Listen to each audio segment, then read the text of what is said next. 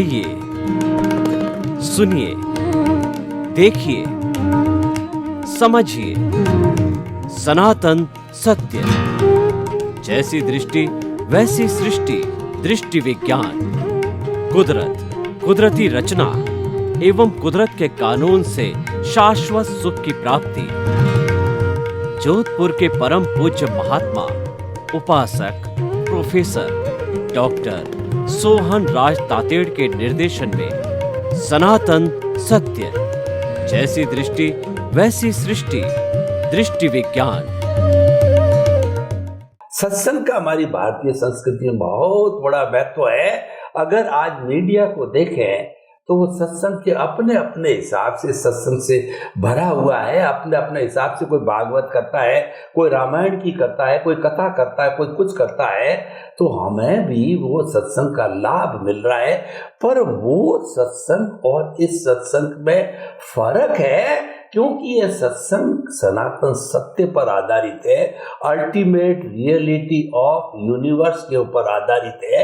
इसीलिए हमारे को ब्रह्मांड के रहस्यों की खोज में ये सहयोग करती है, अपने आप को पहचानने में सहयोग करती है, क्योंकि ऐसे अनुभवी पुरुष हमारे सामने विराजमान हैं। तो स्वामी कमलेशानंद जी को मैं आप समस्त की तरफ से जो है बहुत बहुत जो है वो धन्यवाद, साधुवाद, कृतज्ञता ज्ञापित करता हूँ। जय सच्चिदानंद। जय सच्चिदानंद।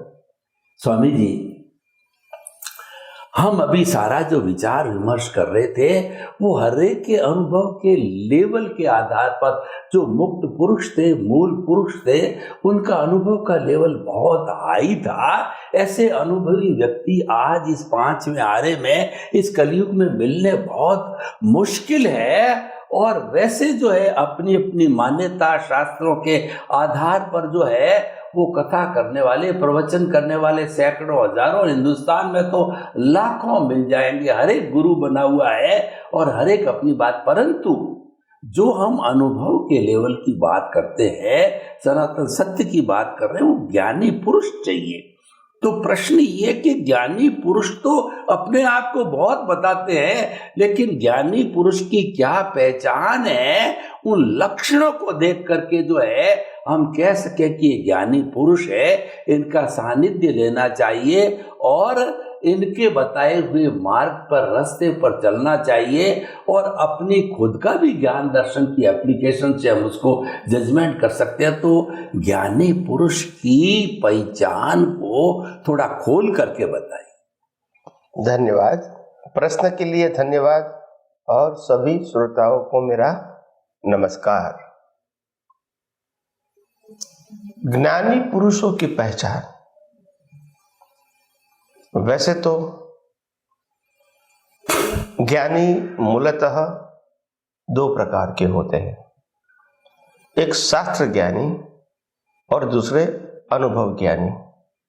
दोनों को ज्ञानी ही कहते हैं और समाज में दोनों ही मान्य है।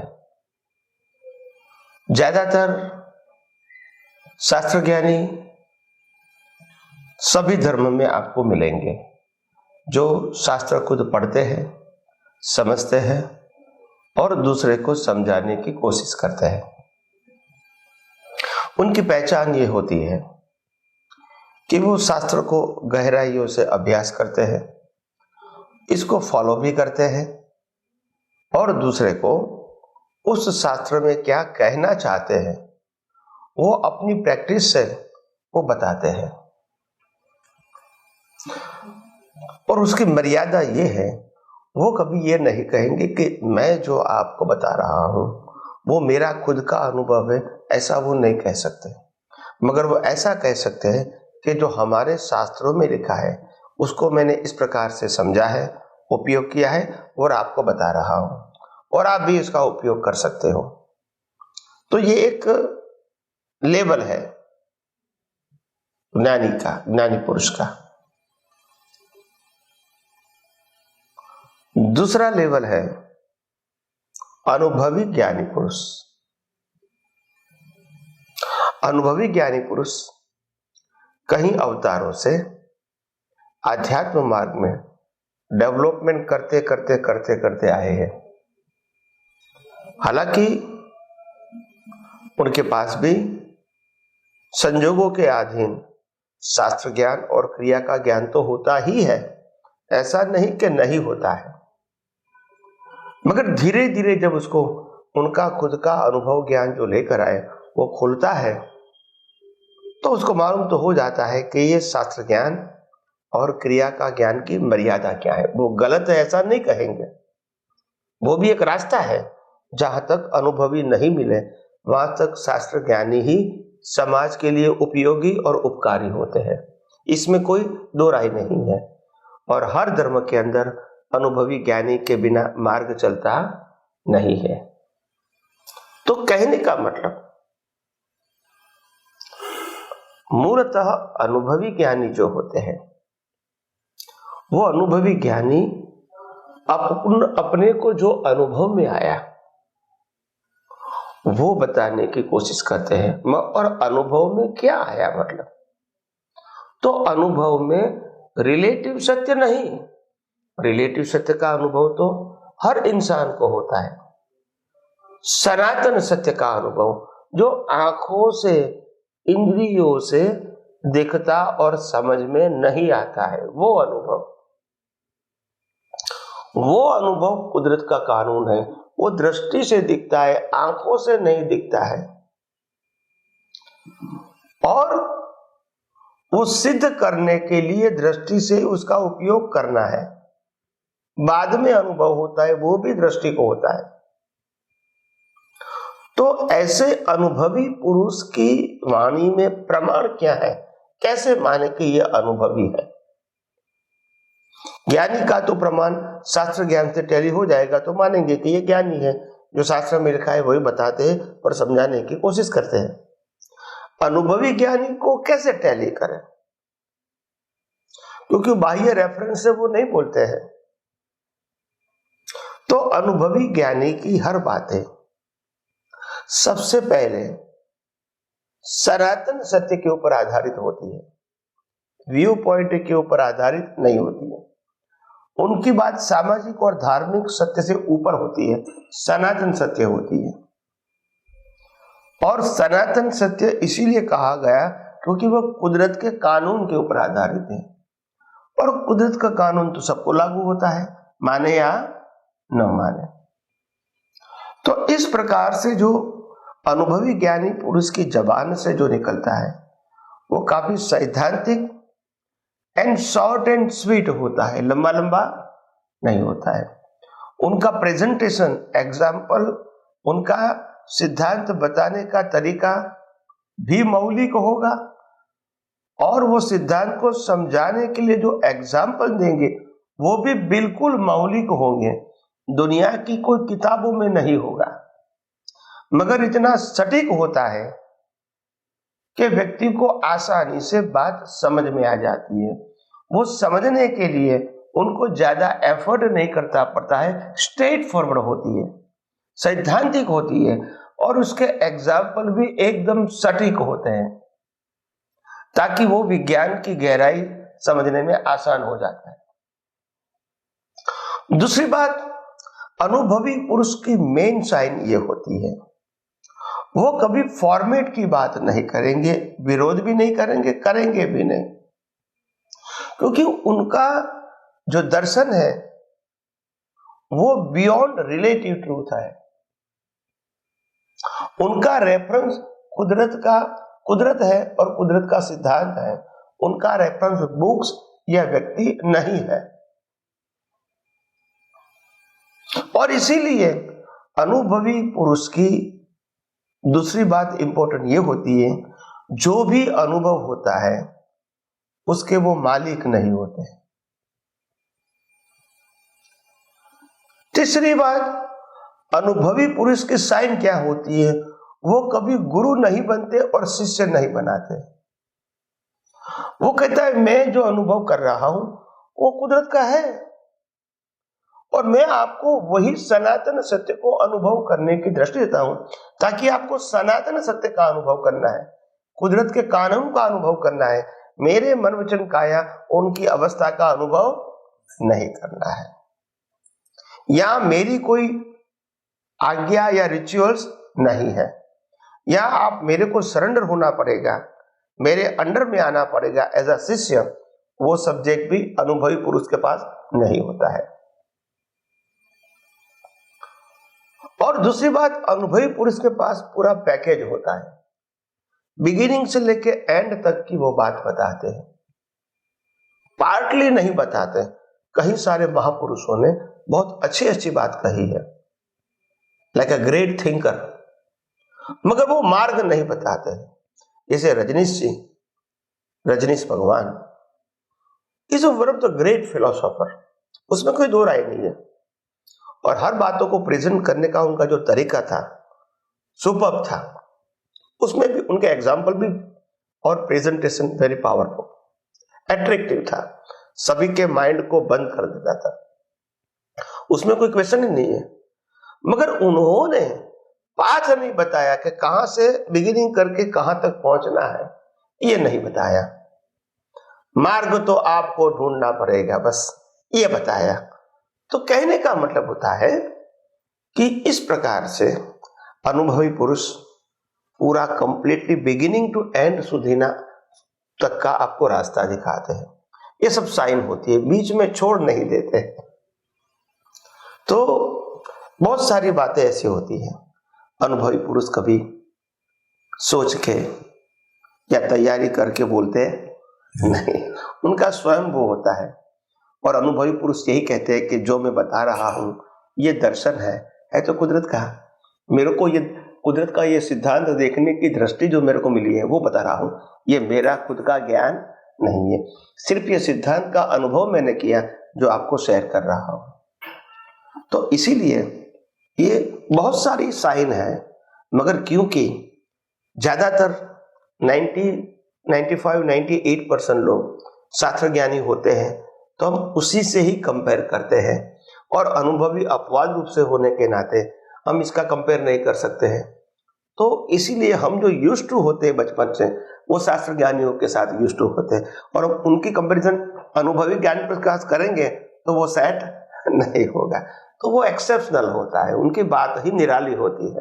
वो निराली करते नहीं है, वो नेचुरल निराली हो जाती है, क्योंकि वो रिलेटिव सत्य की। आज देखो पूरी दुनिया के सामाजिक और धार्मिक जीवन रिलेटिव सत्य के ऊपर आधारित है, और वो रिलेटिव सत्य को ही अज्ञान कहते हैं।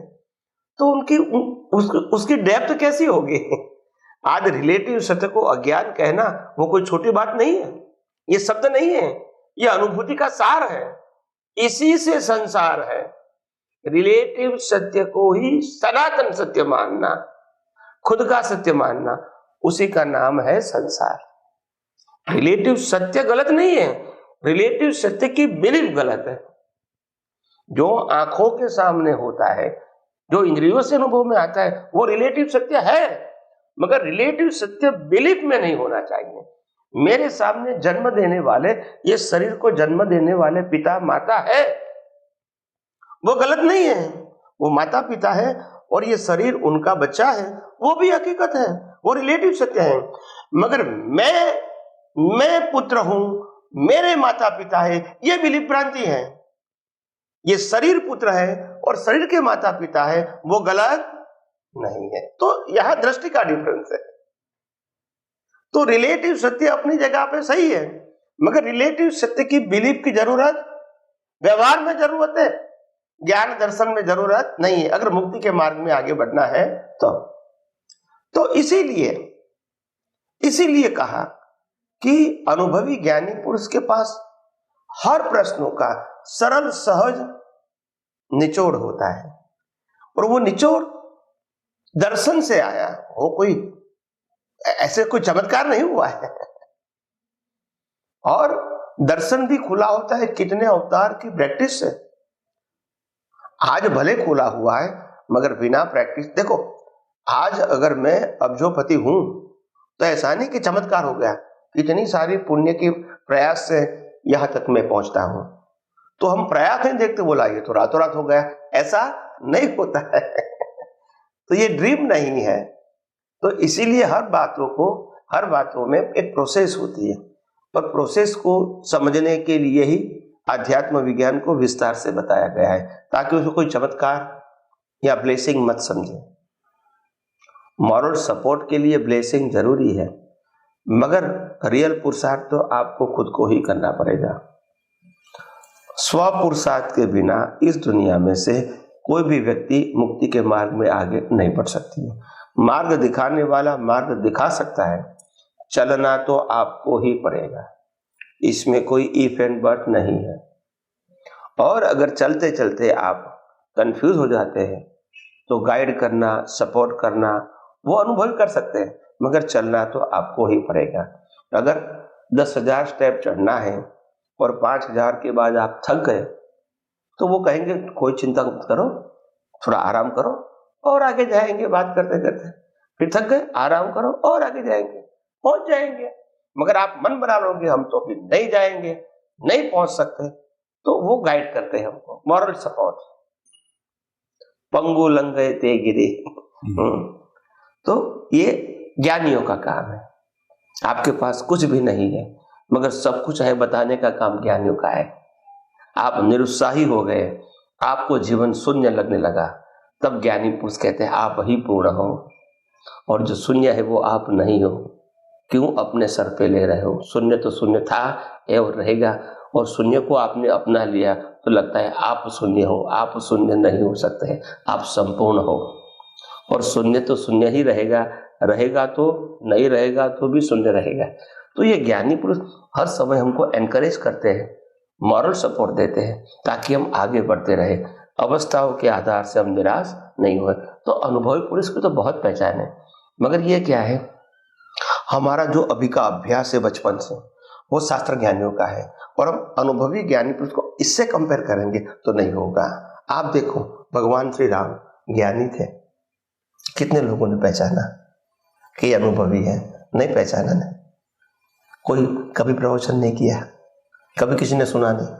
कृष्ण भगवान ज्ञानी थे, कितने लोगों ने प्रवचन सुना, कितने लोगों ने मार्गदर्शन लिया? नहीं लिया ना। तो बात यह है, तो इसीलिए ज्ञानी को, अनुभवी ज्ञानी को पहचानना इतना इजी नहीं होता है।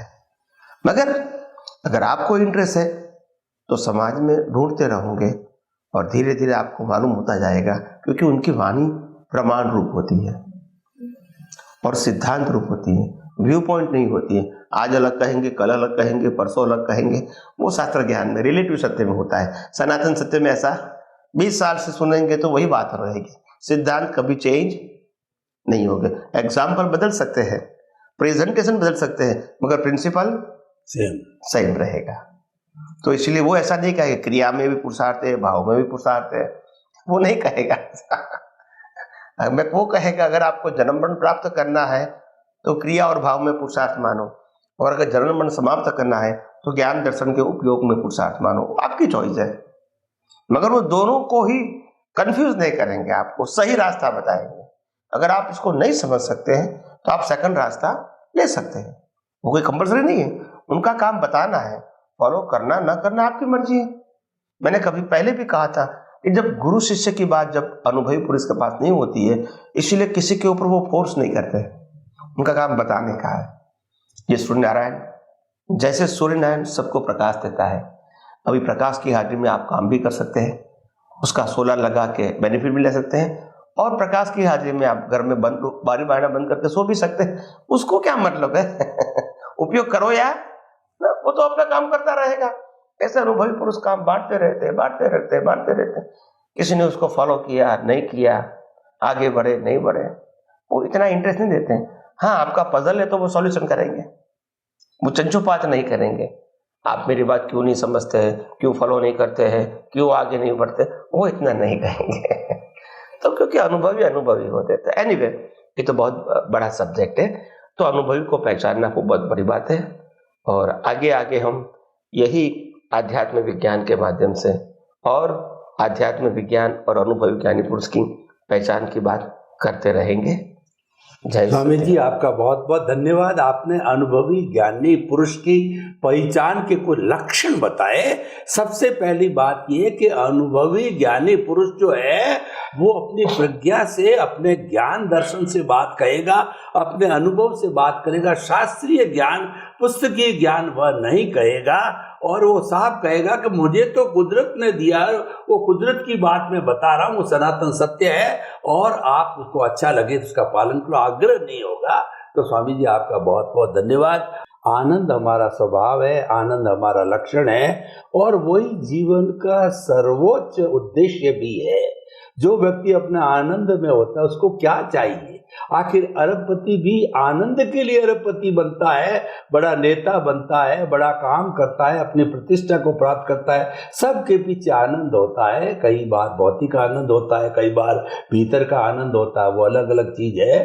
तो कुल मिलाकर के आनंद सत्संग से मिलता है अध्यात्म में, और सत्संग कराने वाले वो मुख्य बात होती है। वो सत्संग कराने वाला कौन है, कैसा है और कैसी सत्संग कराता है? तो हमारा तो परम सौभाग्य है कि सनातन सत्य ultimate reality of the universe की सत्संग हमको मिल रही है।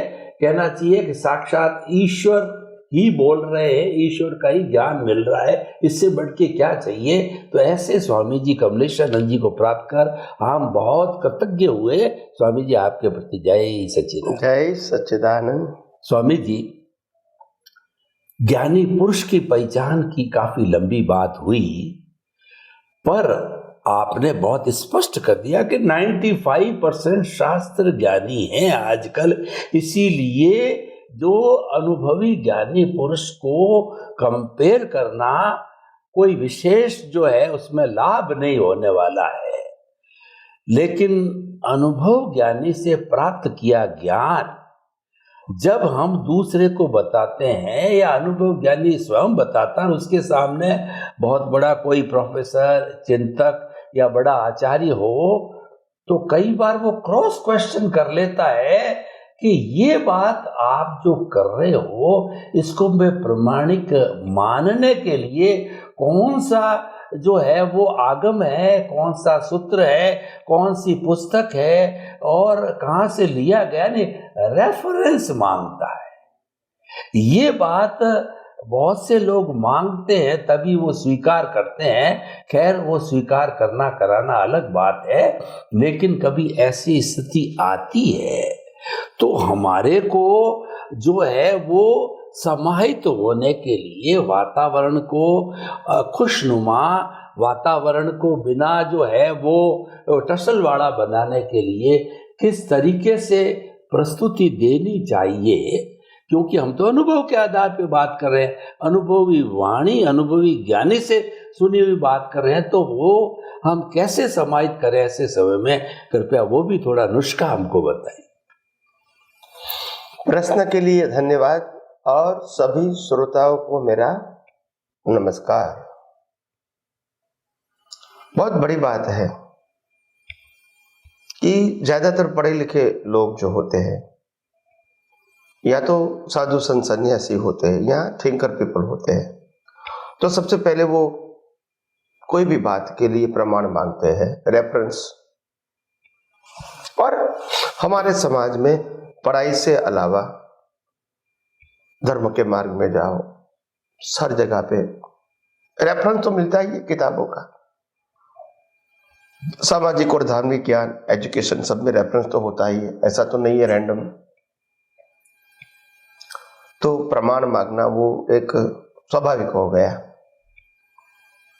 मगर हमको ये भी समझना है कि अनुभवी पुरुष जो बोलते हैं वो प्रमाण होता है।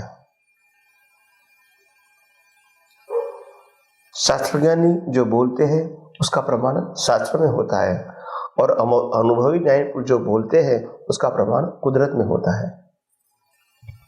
और वो टैली तब करोगे जब आप खुद अनुभव करोगे। तो किताबों में कभी कभी छोटे लेवल का प्रमाण मिल सकता है, एक शब्दों के माध्यम से।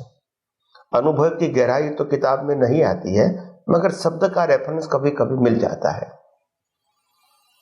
मगर अनुभवी पुरुष जो होते हैं और ऐसे विचारक होते हैं, तो उसमें उनकी बातों को जब स्वीकार करने का होता है तो वो कहता है कि कोई रेफरेंस नहीं है तो आप कैसे बात करोगे, या तो हम कैसे माने।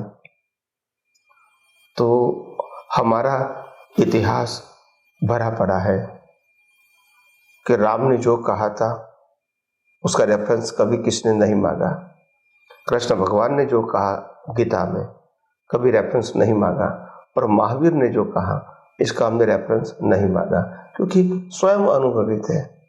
तो अनुभवी पुरुषों का रेफरेंस मांगना ये उचित नहीं है।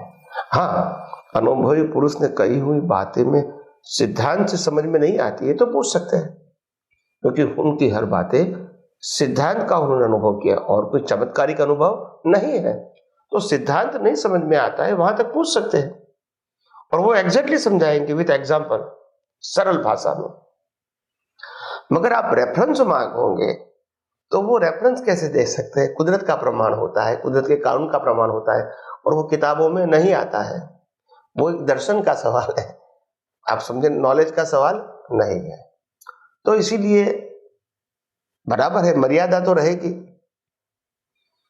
दूसरी बात यह है कि अनुभवी पुरुष का प्रमाण शायद व्यवहार में नहीं दिखता है, किताबों में नहीं दिखता है, फिजिकल फॉर्म में भी नहीं दिखता है मानव के, मगर अनुभवी पुरुष की बातों को सुन के समझ के उपयोग करके हम खुद तो अनुभव कर ही सकते हैं, फिर बाद में रेफरेंस की जरूरत नहीं रहेगी। तो इसीलिए आप इस प्रकार से भी अनुभवी पुरुष की बातों को समझने की कोशिश करोगे तो शायद मेरे को लगता है आपको सही तरह समाधान मिलेगा। स्वामी जी, आपका बहुत बहुत धन्यवाद।